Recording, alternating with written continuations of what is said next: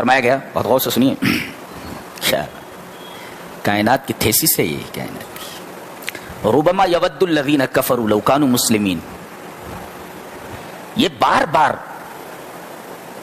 تمنا کریں گے. کون؟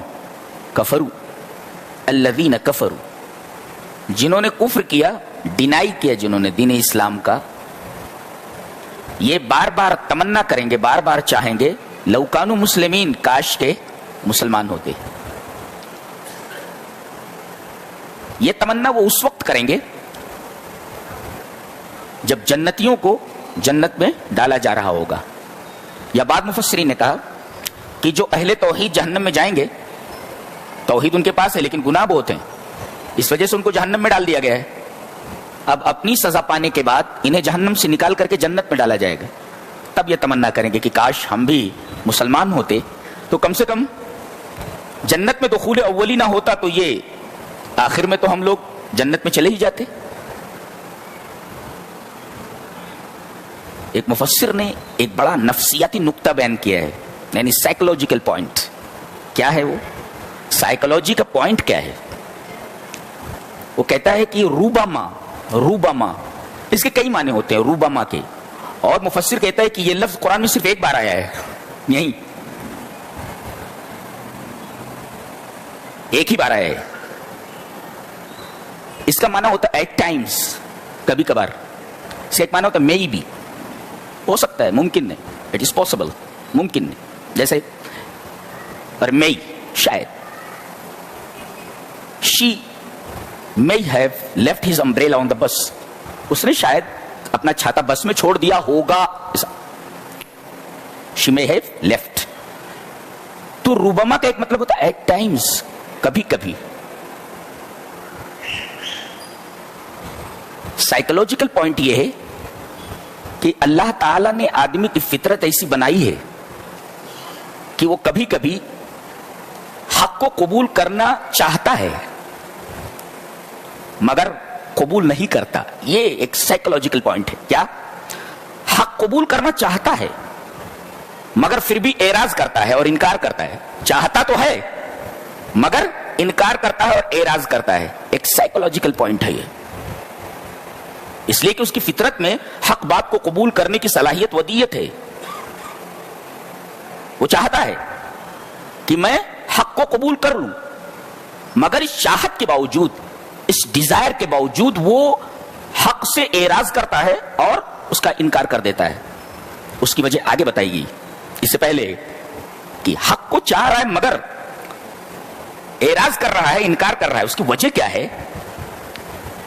اس لیے کہ دین کو قبول کرنے کے بعد اس کے اوپر پابندیاں لگتی ہیں, اور پابندیوں کے اندر اس کو زندگی گزارنی ہوتی ہے. منمانی زندگی نہیں گزار سکتا, اس لیے کہ یہ دنیا مومن کے لیے قید خانہ ہے, اور قیدیوں کو عام زندگی جینے کی اجازت نہیں ہوتی. وہاں تو جیل کے قوانین کو فالو کرنا پڑتا ہے. ایسے ہی اگر ایمان لے آئے تو یہ دنیا آپ کے لیے قید خانہ ہے. پھر جو اللہ اور اس کا رسول بولتا ہے اسی انداز سے آپ کو اس دنیا میں زندگی گزارنی ہے. آپ اپنی منمانی زندگی نہیں گزار سکتے. کسی نے بہت اچھا کہا ہے, یہاں رب چاہی زندگی گزار لو, آخرت میں من چاہی زندگی تمہیں عطا کر دی جائے گی. تو بڑے خوش نصیب ہیں وہ جو دنیا میں رب چاہی زندگی گزارتے ہیں اور مرنے کے بعد آخرت میں انہیں من چاہی زندگی دے دی جائے گی. اب یہاں بھی من چاہی زندگی گزارو گے اور وہاں بھی چاہو گے کہ من چاہی زندگی ہمیں مل جائے, ایسا ممکن نہیں ہے. یہ رب چاہی زندگی گزارنے کے لیے وقفہ دیا گیا ہے آپ کو. یہاں رب چاہی زندگی گزار لو, من چاہی زندگی تم کو مرنے کے بعد دے دی جائے گی. لفظ روبما پر بحث کرنا چاہیں گے ہم. یہ جو لفظ روبما ہے, ایٹ ٹائمز, کبھی کبھی, تو ہم نے ترجمہ کیا کیا ہے؟ یہ بار بار تمنا کریں گے. تو بار بار تمنا کریں گے تو تکثیر کا معنی ہے یہ, جبکہ روبما لفظ تقلیل کے لیے آتا ہے, قلت بیان کرنے کے. ایٹ ٹائمز, ایٹ ٹائمز یعنی کبھی کبھی ایسا ہوتا ہے. یہ اس کے لیے تقلیل کے لیے بنا ہے یہ, اور ترجمہ ہم نے کیا کیا ہے؟ تکثیر کے لیے. کیوں؟ اس لیے کہ عربوں کی عادت ہے جب کسی چیز کی کثرت کو بیان کرنا ہوتا ہے تو وہ اس لفظ کو استعمال کرتے ہیں, اس لفظ کو ذکر کرتے ہیں جو قلت کے لیے بنا ہوا ہوتا ہے. یہ ان کی عادت ہے. جب وہ کثرت کو بیان کرنا چاہتے ہیں تو اس لفظ کو لاتے ہیں, اس لفظ کا استعمال کرتے ہیں جو لفظ تقلیل کے لیے بنا ہوا ہوتا ہے. ایٹ ٹائمز کو لاٹ آف ٹائمز کا معنی لیتے ہیں. بنا ہے ایٹ ٹائمز کے لیے اور استعمال کیا کرتے ہیں؟ Many times, lot of times. اس کے لیے لیے استعمال کرتے ہیں، قاعدہ ہے، اور یہ زبان عربی ہے اور یہ عربوں کی زبان میں نازل ہوئی ہے، اور ان کے محاورات کا اور ان کے انداز تکلم کا لحاظ کیا گیا ہے قرآن حکیم میں۔ دنیا میں ایک بار چاہ لیتے تو یہ بار بار چاہنے کی ضرورت نہیں پڑتی تھی، یہی تو ہے نا، وہ بار بار چاہیں گے کہ کاش مسلمان ہوتے۔ ارے تم کو مہلت عمل دی گئی تھی نا، ایک بار چاہ لیتے، یودون مرتن، ایک بار چاہ لیتے تو وہاں بار بار چاہنے کی ضرورت نہیں پڑتی۔ یہاں ایک بار نہیں چاہا انہوں نے، مہلت عمل دی گئی، اب بار بار چاہ رہے ہیں، لیکن اب پچھتائے کیا ہوت جب چڑیاں چگ گئی کھیت۔ اور وہاں تو ایک مرتبہ جو ہار گیا ہمیشہ کے لیے ہار گیا، اور جو جیت گیا ہمیشہ کے لیے جیت گیا۔ وہاں آپشن نہیں ہے، کوئی آپشن نہیں ہے کہ جیتنے والا پھر سے ہار جائے اور ہارنے والا پھر سے جیت جائے، ایسا نہیں ہے وہاں۔ ایک دفعہ جو جیت گیا تو ہمیشہ کے لیے جیت گیا، جو ہار گیا ہمیشہ کے لیے ہار گیا۔ آدمی چاہنے کے بعد بھی اعراض کیوں کرتا ہے؟ کہتے ہیں اس کی 3 وجہ ہیں۔ ذرہم یاکلوا ویتمتعوا ویلہہم الامل فسوف یعلمون۔ یہ آیت کریمہ ترجمہ خالی دیکھ لیں گے تو بدن کے رونگٹے کھڑے ہو جائیں گے۔ کہا کہ آدمی حق کو سمجھنے کے بعد بھی اعراض کرتا اور انکار کرتا ہے، جانتے ہیں کیا وجہ ہے؟ وہ کھل کر کھیل نہیں پاتا۔ کیوں؟ یاکلوا، چھوڑ دو ان کو کہ کھائیں، علی کھانا، ویتمتعوا، اور انجوائے کریں۔ اچھا، تو گویا کہ کھانا ٹو ایٹ، یتمتعوا ٹو انجوائے، وَيُلْهِهِمُ الْأَمَلُ، اور لمبی لمبی آرزویں کرنا، لمبی پلاننگ کرنا۔